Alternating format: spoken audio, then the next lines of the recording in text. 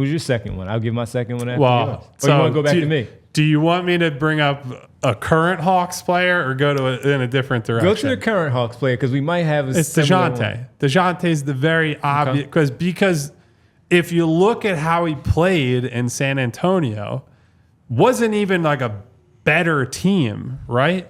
But the defensive stuff was in another galaxy from where it is at right now.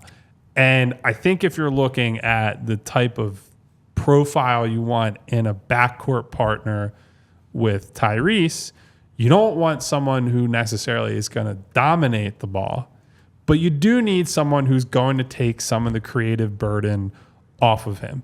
And the hope would be that where Atlanta failed, you can succeed, that you can convince Dejounte you're going to get enough touches and enough of the stuff as a pick and roll guy, being the bench captain when Tyrese sits, and I don't know how you want to structure it in terms of lineups, but you would structure it in a way that he can run the team and help Maxey out while also getting him to buy in and be the guy that, frankly, he was before he came to Atlanta, where he's making off-ball disruptive plays as a defender, somebody who at the point of attack is slithering around screens, poking balls loose, and doing the sort of thing that Derek is talking about, right? Where you fix the rebounding problem by not having so many guys just coming downhill constantly at Joel Embiid. And maybe you can get him to take more of those catch and shoot jumpers depending on where you put him on the floor. Unfortunately, and the reason that he would be available as a distressed asset is because that was what Atlanta was hoping for, that Trey would get some of his burden taken off of him, that it would be he's the defensive guy to play next to Trey. And instead of that happening, what has happened instead is that Dejounte has gotten sucked into the Trey Young vortex of, I don't need to give a shit off the ball. I don't need to do this. Like, I'm one of the stars of the team. So to get the guy that you want in Philadelphia, you need to just like completely reprogram him. And oh, by the way, on top of all this, the things that I had heard throughout the season, and not coming from the Sixers, this is people around the league, teams who were inquiring, maybe in LA, some other teams that were inquiring about Murray.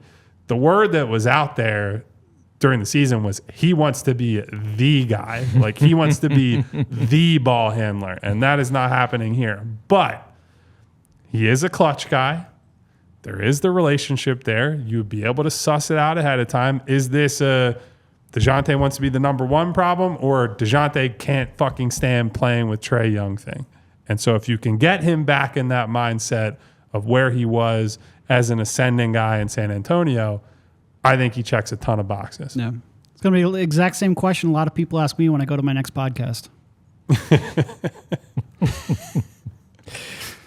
Still good option, in my opinion, depending on what they ask for. That part of wanting to be the guy, you're going to have to accept that really quickly, man, because that's not happening. That's not going to fly here. So the profile, though, in the backcourt with Maxey is a really good one with the length, the defense. If he can buy in back to that player. That's always my thing that's with the him. thing. If he was as good of a defender as his reputation suggests he has, I would buy into his other warts. I just don't think he's been at that level for a couple of years. You don't think it's in there, or you just think he doesn't want to do it anymore?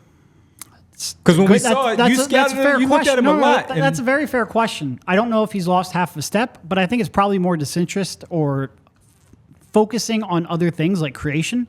Maybe it's just harder. Maybe he doesn't have the energy. I truthfully don't know. But every time I watch him, he's just not the defender he was in San Antonio. He's just not. And to be honest, I didn't like him in college either, but that was mostly for his offensive limitations. Right, the jumper was Yes, it was a rough train wreck. coming out. Maybe that expanded role that Kyle mentioned about him wanting the basketball. We've seen that. That's what, once he made the All-Star team, he was like, all right, it's a go. The defense, I've already stamped myself, made my name in the league. Yeah. Now the offense is here. I've made the All-Star team. I'm not going back. You can do both. That's why we call you two-way players. You can do both. Yeah. You're allowed, but it's certainly a different name, a good name. And you wonder, is it going to be him or Young if they decide to trade someone because they have the number one overall pick? It could be both. But it could be both. It's at the very least, it's a loser leaves town type thing where one of those guys is out of there. Well, that's a good name, though. I do like that name. I would be interested in that name. I would be. We all silly like the mayor.